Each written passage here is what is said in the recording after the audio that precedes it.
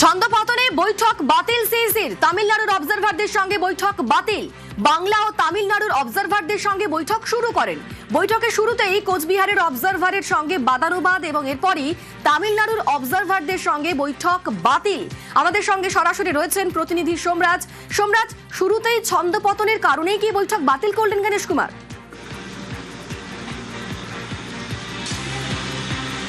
একদমই দেখো, এই নিয়েই প্রশাসনিক মহলে চর্চা শুরু হয়েছে, কারণ আজকে আরেকটা নজিরবিহীন ঘটনা ঘটলো। আজকের বৈঠকে বাংলার পাশাপাশি তামিলনাড়ুর পর্যবেক্ষকদেরও বৈঠকে ডাকা হয়েছিল, কিন্তু কমিশন সূত্রে জানা যাচ্ছে তামিলনাড়ুর পর্যবেক্ষকদের সঙ্গে বৈঠক করলেন না দেশের মুখ্য নির্বাচন কমিশনার গণেশ কুমার। বেশ কিছুক্ষণ আগেই এই বৈঠক শেষ করে দেওয়া হয়েছে এবং সেখানেই জানিয়ে দেওয়া হয়েছে তামিলনাড়ুর যারা অবজারভার রয়েছেন, অর্থাৎ জেনারেল অবজারভার, পুলিশ অবজারভার এবং এক্সপেন্ডিচার অবজারভার, তাদের সঙ্গে পরবর্তীতে তারা বৈঠক করবেন।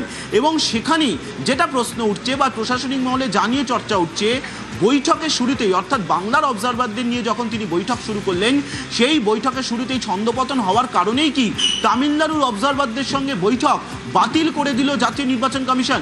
এই চর্চাই আপাতত প্রশাসনিক মহলে শুরু হয়েছে, কারণ আজকে যখন বৈঠক শুরু হয় তখন ভার্চুয়ালি এ রাজ্যের অবজারভাররা যখন ছিলেন তখন তামিলনাড়ুরও অবজারভাররা ভার্চুয়ালি যোগ দিয়েছিলেন বৈঠকে, কারণ বাংলার পর তামিলনাড়ুর অবজারভারদের সঙ্গেও বৈঠক করার কথা ছিল দেশের মুখ্য নির্বাচন কমিশনারের। কিন্তু কমিশন সূত্রে জানা যাচ্ছে যে বাংলা নিয়ে অর্থাৎ এ রাজ্যের অবজারভারদের সঙ্গে প্রথমে আলোচনা শুরু হয়, জানতে চাওয়া হয়, একাধিক নির্দেশ দেন দেশের মুখ্য নির্বাচন কমিশনার, কিন্তু শুরুতেই যেভাবে ছন্দপতন হলো তারপরে কি তামিলনাড়ুর অবজারভারদের সঙ্গে আজকে সে অর্থে বৈঠক হলো না?